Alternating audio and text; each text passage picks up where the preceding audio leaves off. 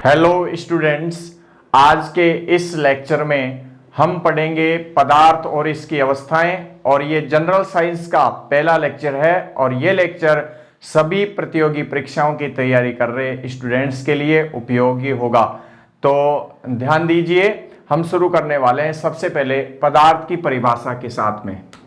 पदार्थ किसको कहते हैं, हम पहले समझते हैं कि पदार्थ होता क्या है। तो पदार्थ की परिभाषा क्या होती है? पदार्थ हर एक वो वस्तु जिसका कुछ न कुछ द्रव्यमान होता है और साथ में वो स्थान घेरती है। स्थान कौन सा? स्थान मतलब आयतन। तो यहां पे हर वो वस्तु जिसका द्रव्यमान है, हर वो वस्तु जिसका द्रव्यमान है और जो आयतन घेरती है वो पदार्थ कहलाती है। अब हम यहाँ पे बात करने वाले हैं कि द्रव्यमान क्या होता है। तो द्रव्यमान की बात करेंगे हम। द्रव्यमान क्या होता है? द्रव्यमान किसी भी पदार्थ में, या कह लें हम किसी भी जो वस्तु है उसमें, मतलब कितना पदार्थ उपस्थित है या पदार्थ की मात्रा को ये व्यक्त करता है। ये किसको व्यक्त कर रहा है? पदार्थ की मात्रा को, पदार्थ की मात्रा को व्यक्त करता है। इसको हम ऐसे समझ सकते हैं, देखो हमारे पास में एक तो ये खोखली बॉल है और एक बॉल जो है वो ठोस बॉल है जिसमें द्रव्य उपस्थित है। तो हम यहां पे देख रहे हैं कि इसके अंदर जो खोखली बॉल है इसमें द्रव्य कम है और जो ठोस बॉल है इसमें द्रव्य ज्यादा है। तो हम ये कह सकते हैं कि ये द्रव्यमान जो है पदार्थ या द्रव्य की जो मात्रा है उस मात्रा को बताता है कि मात्रा क्या है। पदार्थ या द्रव्य की मात्रा को ये व्यक्त करता है। तो किस में मात्रा अधिक है? जो ठोस बॉल है उसके अंदर मात्रा अधिक है। तो हम कह सकते हैं कि द्रव्यमान ने क्या व्यक्त किया है? द्रव्य की मात्रा को। पदार्थ को हम द्रव्य भी कह सकते हैं, यहां पे द्रव्य की मात्रा को व्यक्त करता है। अब द्रव्यमान की हम बात करें, इसकी एसआई इकाई क्या होती है? तो एसआई इकाई होती है किलोग्राम। द्रव्यमान की एसआई इकाई होती है किलोग्राम। और हम यहां पे बात करें कि ये एसआई क्या होती है, तो एसआई की जो फुल फॉर्म अगर हम देखेंगे तो वो होता है इंटरनेशनल सिस्टम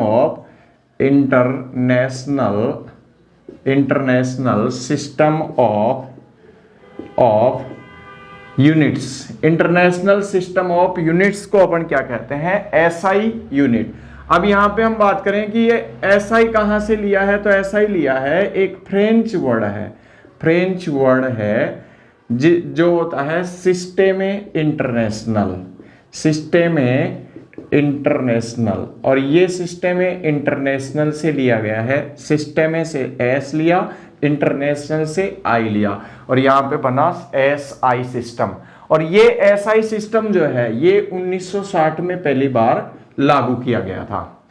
तो यहां हमने देखा है कि द्रव्य या पदार्थ क्या होता है? हर एक वो वस्तु जो स्थान घेरती है जिसका द्रव्यमान होता है वो वस्तु क्या कहलाएगी? द्रव्य या पदार्थ। और उसमें द्रव्यमान को हमने देखा कि द्रव्यमान पदार्थ की मात्रा को व्यक्त करता है, ठीक है, और उसकी एसआई इकाई किलोग्राम होती है। यहां पे हमने एसआई को देखा। एसआई का मतलब क्या होता है? International system of units. और ये जो है फ्रेंच वर्ड सिस्टम इंटरनेशनल से लिया गया। उसके बाद हम आगे चलते हैं। आगे हम पढ़ेंगे कि ये जो स्थान घेर रहा है, यानी ये जो आयतन है, ये आयतन क्या होता है। तो आयतन को हम देखते हैं। अब बात करते हैं हम आयतन की। आयतन वॉल्यूम। आयतन क्या होता है? किसी वस्तु के द्वारा घेरा गया त्रिविमीय स्थान, यानी कोई भी वस्तु त्रिविम के अंदर तीनों दिशाओं में एक्स, वाई और जेड तीनों दिशाओं के अंदर जितना स्थान घेर लेती है उसको हम क्या कहते हैं? उसका आयतन। त्रिविम से मतलब है कि तीनों एक्सिस, तीनों अक्षों के अंदर, ठीक है। ये एक्स एक्स है, ये वाई है और ये जेड है। जैसे हम यहाँ पे एक एग्जांपल ले रहे हैं, एक क्यूब का एग्जांपल हम यहाँ पे ले लेते हैं। ये हमारे पास में एक क्यूब है घन, तो घन को हम यहाँ पे बना के देखते हैं, यहां बना के देखेंगे घन को।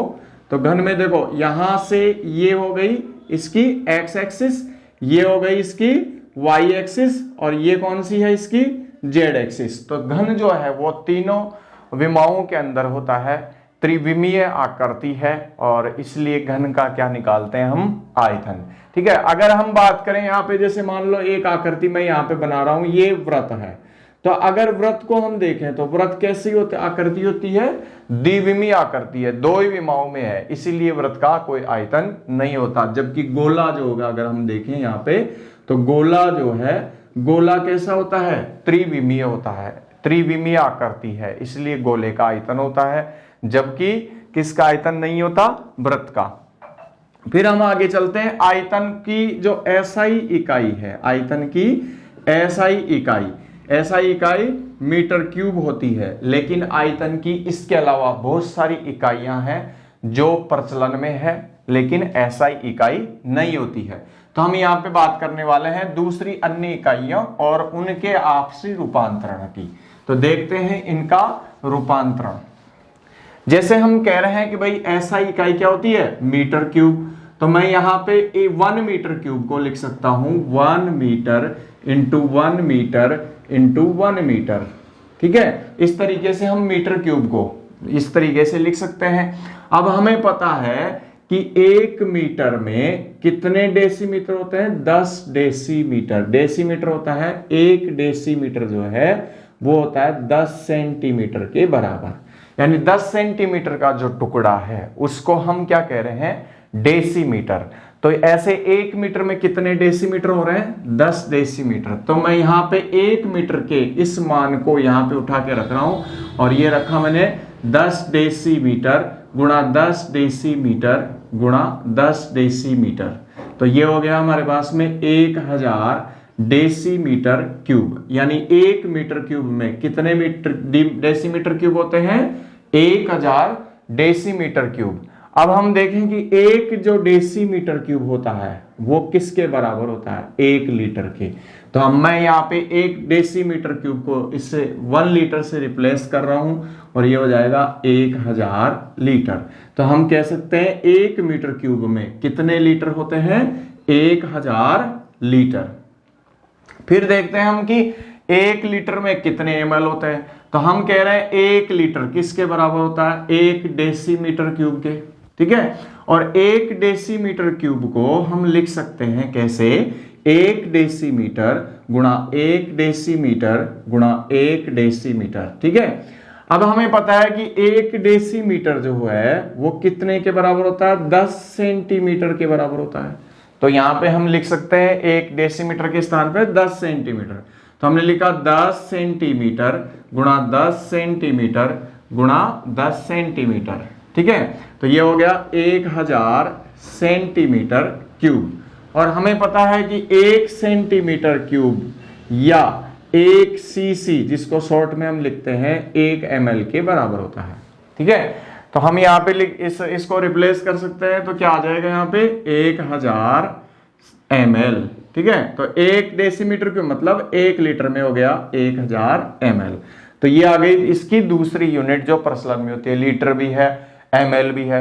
अब हम इसमें निकालते हैं कि 1 मीटर क्यूब में कितने ml होते हैं। तो यहां मैं लिख रहा हूं 1 मीटर क्यूब को, वापस से 1 मीटर क्यूब को कैसे लिख सकते हैं हम, 1 मीटर गुणा 1 मीटर गुणा 1 मीटर। ठीक है, इस 1 मीटर को हम जानते हैं कि 1 मीटर में कितने सेंटीमीटर होते हैं, 100 सेंटीमीटर। तो हम इसको यहां पे लिख सकते हैं, तो ये हो गया 100 सेंटीमीटर गुणा 100 सेंटीमीटर गुणा 100 सेंटीमीटर। ठीक है, मल्टीप्लाई करो, 10 की पावर 2, 10 की पावर 2, 10 की पावर 2, यहां पे हो गया 10 की पावर 6 सेंटीमीटर क्यूब। ठीक है, तो 1 मीटर क्यूब में कितने सेंटीमीटर क्यूब हो रहा है, 10 की पावर 6 सेंटीमीटर क्यूब। तो यहां पे मैं इस सेंटीमीटर क्यूब को किससे रिप्लेस कर सकता हूं, ml से। तो मैंने यहां पे इसको लिख दिया है ml, तो ये हो गया 10 की पावर 6 ml, यानी 1 मीटर क्यूब में कितने ml होते हैं, 10 की पावर 6 ml। तो ये थी आयतन की दूसरी अन्य इकाइयां जो प्रचलन में है। तो ये प्रचलन में हम इसको शॉर्ट में भी ध्यान रख सकते हैं और इस तरीके से इसके कन्वर्जन को भी ध्यान रख सकते हैं कि 1 मीटर क्यूब में 1000 लीटर होते हैं और 1 लीटर में 1000 ml होते हैं। ऐसे ही 1 मीटर क्यूब में 10 की पावर 6 ml होते हैं। तो आयतन को हमने देखा कि आयतन क्या है, किसी भी वस्तु के द्वारा घेरा गया त्रिविमीय स्थान क्या कहलाता है, उसका आयतन कहलाता है। क्या आयतन किसी द्विविमीय वस्तु का भी हो सकता है, तो हाँ नहीं हो सकता, है ना। आयतन किसका होगा, त्रिविमीय वस्तु का ही आयतन हो सकता है, ठीक है। और फिर आयतन की हमने यहाँ पे यूनिट का कन्वर्जन देखा। उसके बाद में हम बात करते हैं घनत्व की। घनत्व क्या होता है, तो घनत्व होता है, घनत्व का को हम कहते हैं डेंसिटी। और घनत्व को अगर हम देखें तो घनत्व का सूत्र क्या होता है, तो घनत्व है द्रव्यमान बटा आयतन, द्रव्यमान बटा आयतन। और यहीं से इसकी परिभाषा बनाते हैं हम। परिभाषा क्या होगी, आयतन को अगर मैं यहां पे इकाई बना दूं, यानी आयतन को मैंने क्या कर दिया है 1, तो मैं कह सकता हूं किसी वस्तु के इकाई आयतन का जितना द्रव्यमान है वही उसका क्या कहलाता है, घनत्व। तो हम यहां पे कह सकते हैं प्रति इकाई आयतन, प्रति इकाई आयतन के द्रव्यमान को, प्रति इकाई आयतन के द्रव्यमान को क्या कहते हैं, हम घनत्व कहते हैं, घनत्व कहते हैं। प्रति इकाई आयतन के द्रव्यमान को घनत्व कहते हैं। अब घनत्व की एसआई इकाई निकालते हैं, तो एसआई इकाई, एसआई इकाई इसी फॉर्मूले से निकाल लेंगे हम। द्रव्यमान की एसआई इकाई क्या होती है, किलोग्राम, और आयतन की एसआई इकाई क्या होती है, मीटर क्यूब। तो हम कह सकते हैं इसकी एसआई इकाई क्या होगी, किलोग्राम मीटर क्यूब, या इसको हम ऐसे भी लिख सकते हैं केजी मीटर 3 माइनस 3, ठीक है। तो केजी माइनस मीटर -3, ठीक है। इस तरीके से भी हम इसको लिख सकते हैं। फिर हम आगे चलते हैं कि भाई घनत्व क्या बताता है, तो घनत्व बताता है किसी भी पदार्थ की पैकिंग को, किसी भी पदार्थ में भाई कण किस प्रकार से उसके अंदर पैक हुए हैं, कण कितने सघन है, इस चीज को कौन बताएगा, घनत्व बताएगा। जैसे हम यहाँ पे बात करें, हमारे पास में जैसे मान लो कांच के कंचे हैं और ये हमारे पास में दो सेम एक जैसे जो है अपने पास में कंटेनर है, दो सेम कंटेनर है। हमने एक के अंदर जो है छोटे कंचों को भरा है, ऐसे कांच के छोटे कंचों को हमने भरा है, इसमें ए में हमने भरा है छोटे कंचों को, ठीक है। यहाँ पे हमने छोटे छोटे कंचों को ऐसा पूरा भर रखा है, ठीक है। और बी के अंदर हमने भरा है ऐसे बड़े बड़े कंचों को, ठीक है, ऐसे बड़े बड़े कंचों को भरा है हमने, बड़े बड़े कंचे ये भरे हमने, बड़े बड़े कंचे। बी के अंदर बड़े बड़े कंचे भरे हैं और ए के अंदर हमने छोटे छोटे कंचे भरे हैं, ठीक है। ये बी है जिसमें बड़े बड़े कंचे भरे हैं, ए के अंदर हमने छोटे छोटे कंचे भरे हैं। अब हम देखते हैं यहाँ पे, देखो आप, इन कणों के बीच में स्थान किसके अंदर ज्यादा है, बी के अंदर ज्यादा है। तो पैकिंग किसकी अच्छी है, ए की अच्छी है। मतलब जिसकी पैकिंग अच्छी होगी उसका घनत्व भी अच्छा होता है। तो घनत्व किसको बताएगा, सघनता को। जैसे एक मान लो एक गिलास के अंदर आप पानी भरिए और उसी गिलास में आप मिट्टी भरिए, तो मिट्टी की पैकिंग अच्छी है तो मिट्टी का घनत्व ज्यादा होगा, और ठीक है पानी का घनत्व कम होगा। तो यहाँ पे हमने देखा कि भाई घनत्व किसका ज्यादा है, ए का, क्योंकि पैकिंग किसकी अच्छी है, ए की अच्छी है। और बी की पैकिंग अच्छी नहीं है क्योंकि इसके अंदर बीच बीच में जो कण है, कणों के बीच में स्थान रह जाते हैं। तो घनत्व यहाँ पे बताएगा किसी भी पदार्थ की सघनता को, उसकी पैकिंग को। उसके बाद हम आगे चलते हैं और आगे है पदार्थ की अवस्थाएं। तो पदार्थ की कौन कौन सी अवस्थाएं होती हैं उसके बारे में हम डिटेल से पढ़ेंगे। तो हम अगला टॉपिक लेते हैं पदार्थ की अवस्थाएं। पदार्थ की अवस्थाएं, states of matter, states of matter, पदार्थ की अवस्थाएं। पदार्थ की मुख्य रूप से तो 3 अवस्थाएं होती है, लेकिन कुल हम देखें तो टोटल जो इसकी अवस्थाएं हैं वो 5 अवस्थाएं होती है। कौन कौन सी 5 अवस्थाएं होती है, पहले मैं उनके नाम लिख देता हूं, फिर 1 बाय 1 जो है एक एक को डिटेल में पढ़ेंगे। पहली अवस्था है ठोस अवस्था, दूसरी होती है द्रव, तीसरी अवस्था होती है गैस अवस्था, और चौथी होती है प्लाज्मा, और 5वीं अवस्था होती है BEC, जिसे बोस आइंस्टीन कंडेंसेट कहते हैं। तो हम लेते हैं सबसे पहले ठोस अवस्था। ठोस अवस्था को पढ़ते हैं। ठोस अवस्था जिसे हम क्या कहते हैं, सॉलिड स्टेट, सॉलिड स्टेट। अब ठोस अवस्था में सबसे पहले देखते हैं कि भाई क्या क्या चीजें निश्चित है क्या अनिश्चित है। तो इसका जो आकार है, आकार व आयतन, ये क्या होता है, आकार और आयतन होता है इसका निश्चित। ठीक है। दूसरे हम बात करें घनत्व, तो घनत्व तीनों अवस्थाओं के अंदर, इन तीनों अवस्थाओं के अंदर घनत्व क्या होता है, उच्चतम, उच्चतम घनत्व होता है इसका, सबसे ज्यादा घनत्व या कह लो सबसे अधिक, तीनों अवस्थाओं में सबसे अधिक घनत्व होता है। क्यों? क्योंकि इसके जो कण हैं उसकी पैकिंग अच्छी होती है, पास पास होते हैं, वो हम आगे इसके अंदर देखेंगे। अच्छा, इसके कणों के मध्य, इसके कणों के मध्य, कणों के मध्य रिक्त स्थान, रिक्त स्थान कैसा होता है, नगण्य होता है। मतलब कणों के मध्य नगण्य रिक्त स्थान होता है। इसको हम ऐसे समझ सकते हैं, देखो जो द्रव होते हैं या गैस होती है, जैसे हम पानी के अंदर हाथ को घुमाना चाहें तो हम आसानी से हाथ को मूव करा सकते हैं, लेकिन अगर हम ठोस की बात करें तो ठोस के अंदर हम पानी को मूव नहीं करा सकते, क्योंकि कणों के मध्य रिक्त स्थान नगण्य होता है। गैस में देखो आप उससे भी ज्यादा रिक्त स्थान है, तो गैस के अंदर आप आसानी से हाथ को मूव करवा सकते हैं। तो कणों के मध्य रिक्त स्थान क्या है, नगण्य, यानी इसका मतलब कण क्या है, पास पास है, और कण पास पास होंगे तो घनत्व क्या होगा, इन तीनों अवस्थाओं के अंदर सबसे अधिक घनत्व होगा। उसके बाद में हम चलते हैं अगले प्रॉपर्टी के ऊपर, और वो है कि कणों के मध्य, कणों के मध्य अंतराण्विक, अंतराण्विक आकर्षण बल, अंतराण्विक आकर्षण बल वो कैसे होते हैं, प्रबल होते हैं। अंतराण्विक आकर्षण बल, कणों के मध्य अंतराण्विक आकर्षण बल प्रबल होते हैं। प्रबल क्यों हो रहे हैं, जितने कणों के मध्य, जितने कण पास पास होंगे, कणों के मध्य दूरी कम होगी, उतने ज्यादा अंतराण्विक आकर्षण बल क्या होते हैं, प्रबल होते हैं। उसके बाद में हम बात करें नेक्स्ट प्रॉपर्टी, विसरण। क्या है विसरण? विसरण क्या होता है, विसरण होता है किसी भी पदार्थ की कणों की सांद्रता जहां ज्यादा है वहां से कम सांद्रता की ओर कणों का चलना। जैसे हम बात करें, जैसे गैस में मान लो हमने परफ्यूम जो है, किसी कोने के अंदर परफ्यूम छिड़का है, या फिर जो है हमने अगरबत्ती लगाई है, तो अगरबत्ती की जो खुशबू है उस कोने के अंदर अगरबत्ती की जो पार्टिकल्स हैं, वहां पे जो गैस है बनी है उसके पार्टिकल्स वहां पे बहुत ज्यादा है, और वो पार्टिकल्स जो है कम पार्टिकल्स की ओर यानी कम सांद्रता की ओर चलेंगे। तो इसको हम कहते हैं विसरण। विसरण जो है वो द्रवों के अंदर भी होता है, हम बात करेंगे जब द्रव अवस्था पढ़ेंगे, लेकिन यहाँ पे हम बात करें विसरण किसके अंदर, ठोस के अंदर। तो यहाँ पे विसरण हम कह सकते हैं, विसरण कैसा होता है, नगण्य होता है। फिर हम बात करते हैं संपीड्यता की। संपीड्यता क्या होती है? संपीड्यता होती है जब किसी ठोस के ऊपर हम बल लगाएं तो इसके आकार में परिवर्तन, आकार में परिवर्तन कैसा होगा भाई, आकार में परिवर्तन नगण्य होता है। मतलब संपीड्यता क्या होगी, नगण्य। संपीड्यता किसको कहते हैं? संपीड्यता वह गुण होता है जिसमें किसी पदार्थ पर बल लगाने पर उसके आकार में परिवर्तन हो जाए।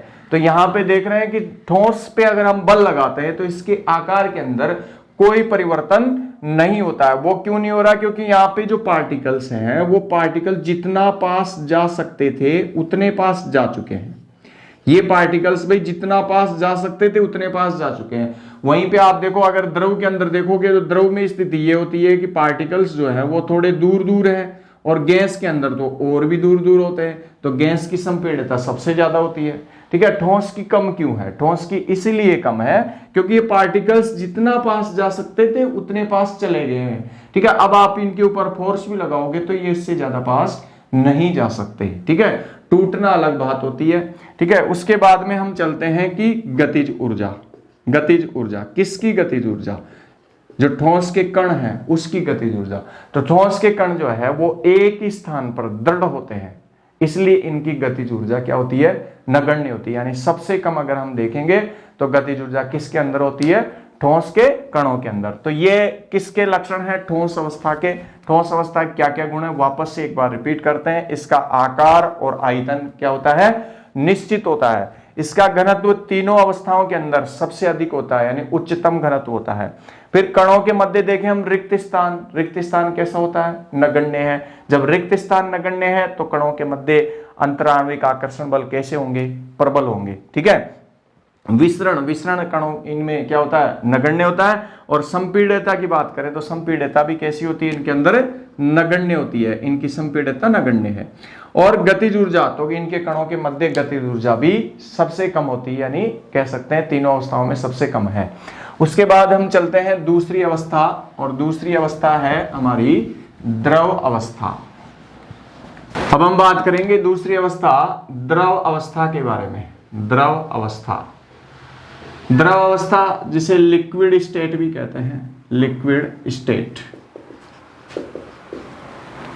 द्रव अवस्था। अब देखते हैं हम द्रव अवस्था के क्या क्या लक्षण होते हैं। तो इसका आकार कैसा होता है, अनिश्चित, जबकि आयतन इसका कैसा होता है, आयतन इसका होता है निश्चित। आयतन निश्चित होता है, आकार अनिश्चित होता है। देखो हमने मान लो पानी लिया, किसके अंदर, एक गिलास के अंदर हमने पानी लिया, ये गिलास है हमारे पास में, इसमें हमने यहां तक पानी भरा है। इस पानी को अगर हमने मान लो किसी कटोरे में डाल दिया, तो कटोरे में डालने पर पानी जो है वो इस तरीके से शेप बदल लेगा, यानी इसके आकार में परिवर्तन हो जाएगा, आकार या आकृति में परिवर्तन हो जाएगा, लेकिन आयतन वही रहेगा। आयतन जैसे मान लो हमने यहाँ पे 100 ml लिया था, तो ये अभी भी कितना रहेगा, 100 ml ही। ठीक है। तो आयतन में कोई परिवर्तन नहीं हुआ, परिवर्तन किसके अंदर हुआ है, उसके आकार या आकृति के अंदर परिवर्तन होता है। तो हम कह सकते हैं इसका आकार या आकृति कैसे होते हैं, अनिश्चित होते हैं। फिर दूसरी हम बात करें इसका घनत्व, तो घनत्व, इसका जो घनत्व है वो ठोस से तो क्या रहेगा, कम, लेकिन गैस से क्या रहेगा, अधिक रहेगा। गैस की तुलना में इसका घनत्व ज्यादा है, लेकिन ठोस की तुलना में इसका घनत्व कम होता है। ठीक है, दोनों के बीच का घनत्व होता है। फिर हम बात करें कणों के मध्य रिक्त स्थान, कणों के मध्य रिक्त स्थान, तो यहां पे रिक्त स्थान किससे ज्यादा होगा, ठोस से ज्यादा होगा कणों के मध्य रिक्त स्थान, लेकिन गैस की तुलना में क्या होता है, कम। ठोस के तुलना में तो ज्यादा रिक्त स्थान है, गैस की तुलना में कम है। तो अब कण कैसे हैं, मान लो इसके अंदर हम कण देखें तो ऐसे थोड़ा थोड़ा दूर चले गए कण ऐसे दूर चले गए। अब कणों के मध्य रिक्त स्थान हो गया तो हम आसानी से अपने हाथ को जैसे पानी के अंदर या किसी लिक्विड के अंदर आसानी से हम मूव करवा सकते हैं।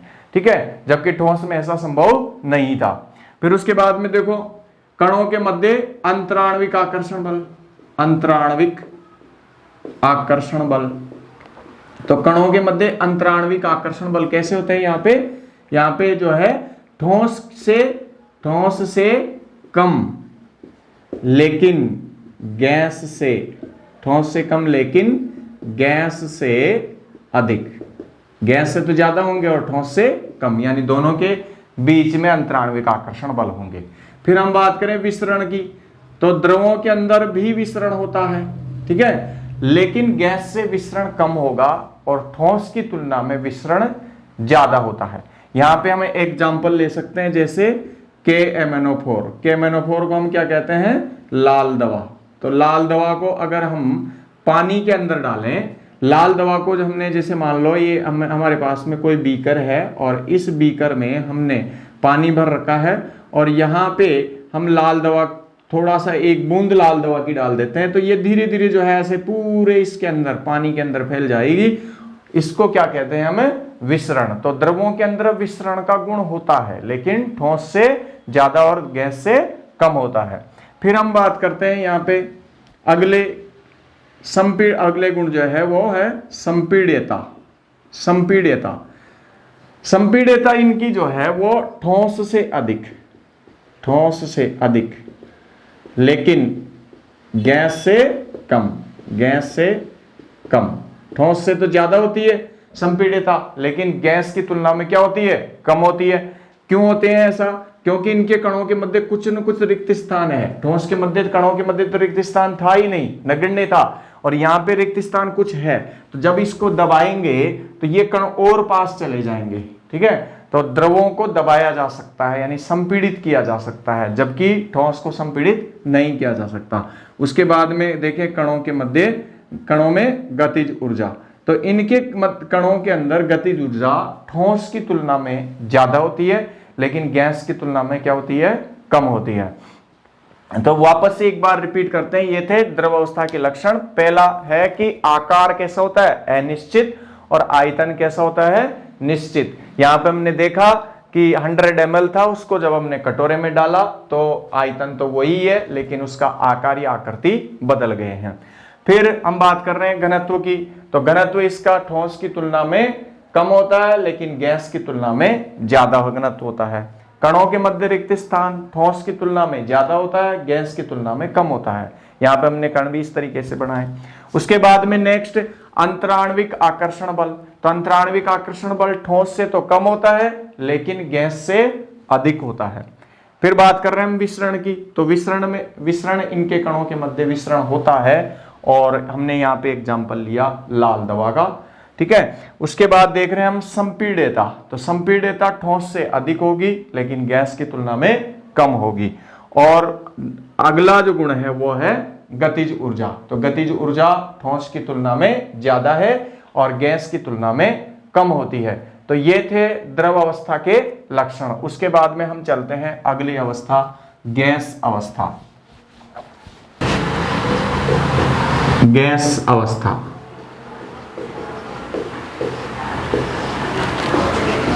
Gaseous state, gaseous state, gas अवस्था।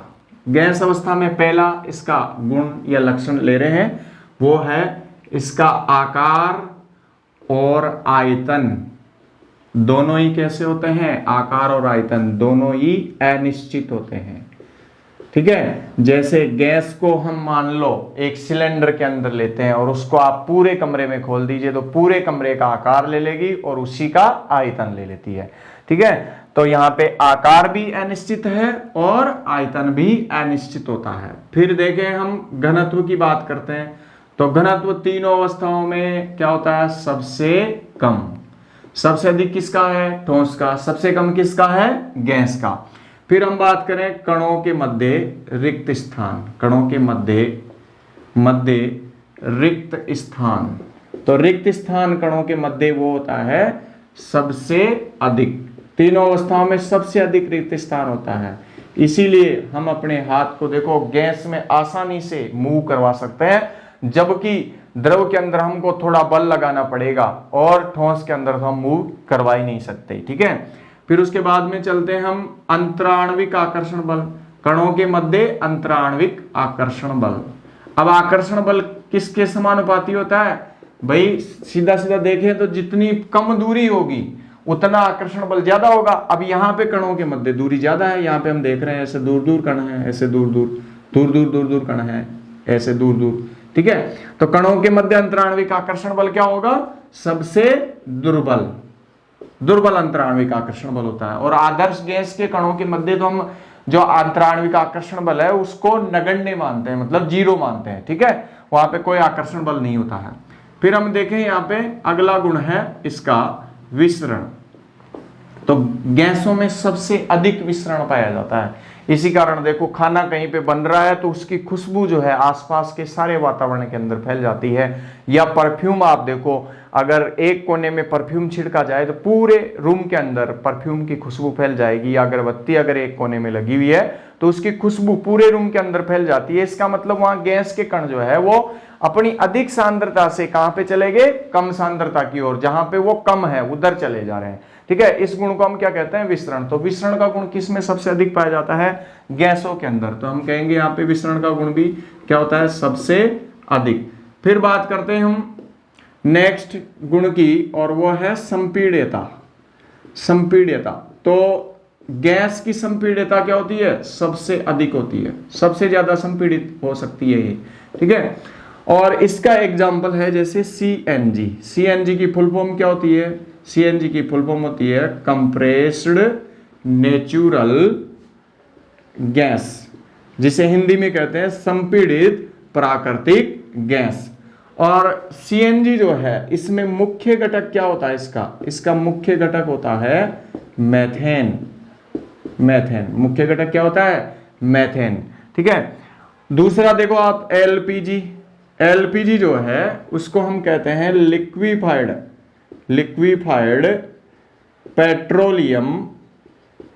पेट्रोलियम गैस, हिंदी में कहेंगे द्रवीकृत पेट्रोलियम गैस, द्रवीकृत पेट्रोलियम गैस। इसके मुख्य घटक क्या होते हैं? इसके मुख्य घटक होते हैं प्रोपेन व ब्यूटेन, प्रोपेन व ब्यूटेन इसका मुख्य घटक होता है। ठीक है, अब यहीं पे हम बात करें कि भाई इन गैस को, जैसे सीएनजी है, सीएनजी को इतना कंप्रेस कर दिया है कि सिलेंडर में भर दिया है, तो सिलेंडर में कैसी है? लिक्विड के जैसी है। ऐसे एलपीजी सिलेंडर में कैसी है? लिक्विड की जैसी है। लेकिन आप जैसे घरों में अपने एलपीजी सिलेंडर होता है तो उसको अगर हम देखें तो उससे निकलती तो गैस ही है, क्योंकि वहां पे जो गैस है उसको हमने क्या किया है? उसको उच्च दाब लगाया है, उस पे दाब क्या लगाया? उच्च, और ताप रखा है कैसा? निम्न। ताप को निम्न रखा जाता है और दाब को उच्च किया जाता है। तो दाब उच्च करके ताप को कम करके उसको सिलेंडर में भरा जा सकता है। ठीक है, अब हम यहाँ पे एक और इंपॉर्टेंट फैक्ट की बात करेंगे कि एलपीजी के अंदर एलपीजी की जो गंध है, वो जैसे जो विशेष गंध है वो किसके कारण होती है? तो ये विशेष गंध होती है एथिल मरकैप्टेन, एथिल मरकैप्टेन के कारण।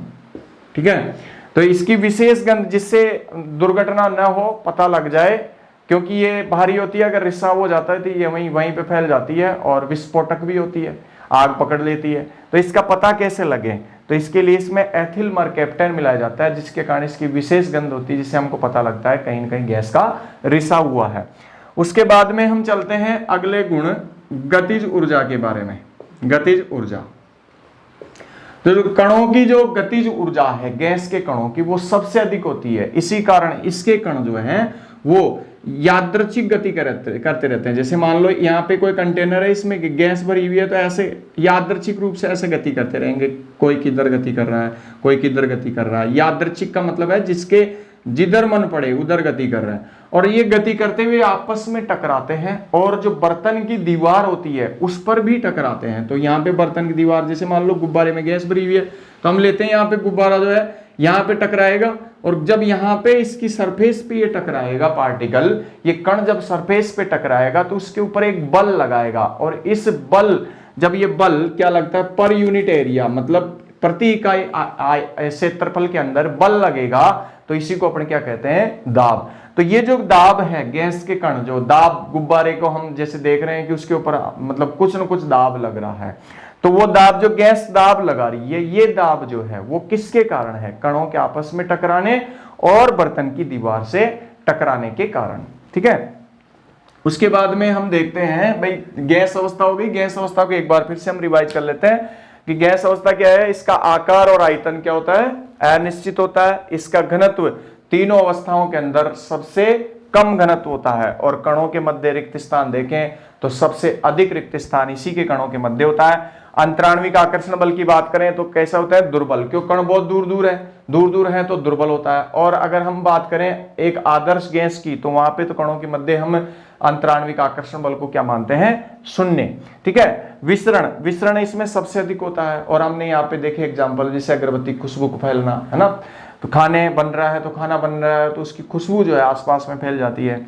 उसके बाद देखा हमने संपीड्यता, संपीड्यता इसकी सबसे अधिक होती है, क्योंकि गैस के कणों के मध्य रिक्त स्थान बहुत सारा है, तो इसको और ज्यादा दबाया जा सकता है, और दबा करके इसको और पास में लाया जा सकता है।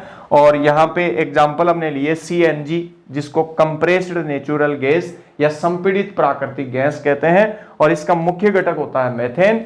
ऐसे ही एलपीजी, लिक्विफाइड पेट्रोलियम गैस, इसका मुख्य घटक होता है प्रोपेन और ब्यूटेन। और एलपीजी का दुर्घटनाएं न हो, इसकी गंध को पहचाना जा सके, इसके लिए, इसके रिसाव को पता लगाने के लिए एथिल मरकैप्टेन इसमें मिलाया जाता है, जिसके कारण इसकी विशेष गंध होती है। और जब इन गैसों को हम सिलेंडर में भरते हैं तो कैसे भरते हैं? उच्च दाब और निम्न ताप पर। ठीक है, यहाँ पे एक और एग्जांपल हम ले सकते हैं, ठोस CO2। ठोस CO2, ठोस CO2 कार्बन डाइऑक्साइड कैसी होती है? गैस होती है, लेकिन उसके ऊपर दाब लगा करके, उसका ताप कम करके, और हम उसको ठोस कार्बन डाइऑक्साइड में बदल सकते हैं। और ठोस कार्बन डाइऑक्साइड को हम क्या कहते हैं? शुष्क बर्फ। ठीक है, ड्राई आइस कहते हैं। उसके बाद हमने देखा कणों की गतिज ऊर्जा। तो गतिज ऊर्जा भाई कणों में सबसे अधिक होती है तीनों अवस्थाओं के अंदर। कण यादृच्छिक रूप से इधर उधर गति करते रहते हैं। जब कण आपस में टकराते हैं या कण बर्तन की दीवार से टकराते हैं तो इस दीवार के प्रति इकाई क्षेत्रफल पर बल लगाते हैं, और ये प्रति इकाई क्षेत्रफल पर बल लगने वाला जो बल है यही क्या बढ़ाता है, दाब को। ठीक है, उसके बाद में हम चलते हैं पदार्थ की अगली अवस्था है प्लाज्मा अवस्था। नेक्स्ट हम ले रहे हैं यहां पे अगली अवस्था है, कौन सी अवस्था है, प्लाज्मा अवस्था। प्लाज्मा अवस्था, प्लाज्मा अवस्था, प्लाज्मा स्टेट। प्लाज्मा अवस्था क्या होती है, ये अति तप्त आयनीकृत गैस होती है। क्या होती है ये, अति तप्त आयनीकृत गैस, अति तप्त आयनीकृत गैस। आयनीकृत गैस से क्या मतलब है भाई, इसके अंदर क्या होंगे, धनावेशित कण भी होंगे और ऋणावेशित इलेक्ट्रॉन्स भी होंगे। इस तरीके से जितने धनावेशित कण होंगे उतने ही क्या होंगे, ऋणावेशित इलेक्ट्रॉन, यानी समान संख्या में धनावेशित कण और ऋणावेशित इलेक्ट्रॉन होते हैं। और ऐसी अति तप्त गैस को, अति तप्त आयनीकृत गैस को अपन कहते हैं प्लाज्मा अवस्था। तो प्लाज्मा अवस्था कहां पे मिलती है, ये मिलती है हमको सूर्य में। तो सूर्य के अंदर जैसे सूर्य है, ठीक है, अब ये सूर्य का जो बीच वाला भाग है, यहां जो होता है लगभग ये जो है 6000 केल्विन के आसपास टेम्परेचर होता है, और ये होता है 10 की पावर 6 केल्विन। ठीक है, तो यहां का जो टेम्परेचर है बीच वाले भाग का, वो टेम्परेचर होता है 10 की पावर 6 केल्विन। तो वहां पे पदार्थ की कौन सी अवस्था पाई जाती है, प्लाज्मा अवस्था।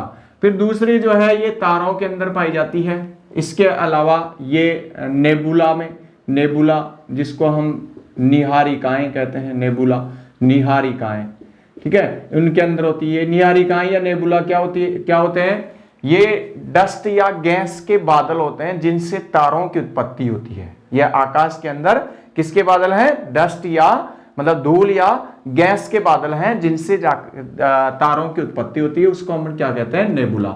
और इसके अलावा ये कहां पे पाई जाती है, अरोराज में। अरोराज को हम कह सकते हैं यहाँ पे ध्रुवीय ज्योति। ठीक है, ध्रुवीय ज्योति संध्या के समय जो है उत्तरी ध्रुव और दक्षिणी ध्रुव पर जो प्रकाश दिखाई देता है उसको हम अरोराज कहते हैं।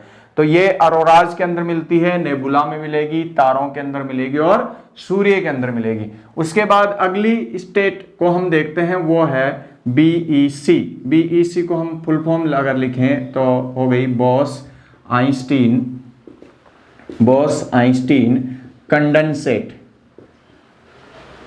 Boss Einstein condensate. ये इस अवस्था की जो है खोज 1920 के अंदर की गई थी, और किसने की थी, सत्येंद्रनाथ बोस, सत्येंद्रनाथ बोस और अल्बर्ट आइंस्टीन, अल्बर्ट आइंस्टीन। इन्होंने अलग अलग अपने अपने कंट्री में काम करते हुए इस अवस्था को खोजा। उन्हीं के नाम पे इस अवस्था का नाम है सत्येंद्रनाथ बोस, और अल्बर्ट आइंस्टीन के नाम पर बॉस आइंस्टीन कंडेंसेट। इस अवस्था में क्या होता है, जो गैस है, जो सामान्य जो गैस है, इसके 1,00,000वें भाग के बराबर घनत्व वाली गैस, यानी इतनी पतली गैस, कितना घनत्व है, इस सामान्य गैस के घनत्व की तुलना में 1,00,000वां भाग है, 1,00,000वां भाग गैस का जो जितना घनत्व है उसके 1,00,000वें भाग जितने कम घनत्व वाली गैस को जब हम ठंडा कर देते हैं परम शून्य ताप तक, परम शून्य ताप, परम शून्य ताप किसको बोलते हैं, परम शून्य ताप होता है 0 केल्विन या -273 डिग्री सेंटीग्रेड। तो इस तक अगर हम किसी गैस को ठंडा करेंगे जिसका घनत्व सामान्य गैस की तुलना में 1,00,000वें भाग के बराबर है, तो हमको कौन सी अवस्था प्राप्त होगी, बोस आइंस्टीन कंडेंसेट। तो ये था आज के लेक्चर में पदार्थ और इसकी अवस्थाएं। तो आशा करता हूं कि आपको वीडियो अच्छा लगेगा, आपको इससे तैयारी करने के अंदर मदद मिलेगी, और ऐसी ही वीडियो प्राप्त करने के लिए हमारे चैनल को सब्सक्राइब कर लीजिए। आपको लगातार ऐसे वीडियो मिलते रहेंगे जिससे आपकी तैयारी के अंदर आपको निश्चित रूप से सफलता मिलेगी। धन्यवाद।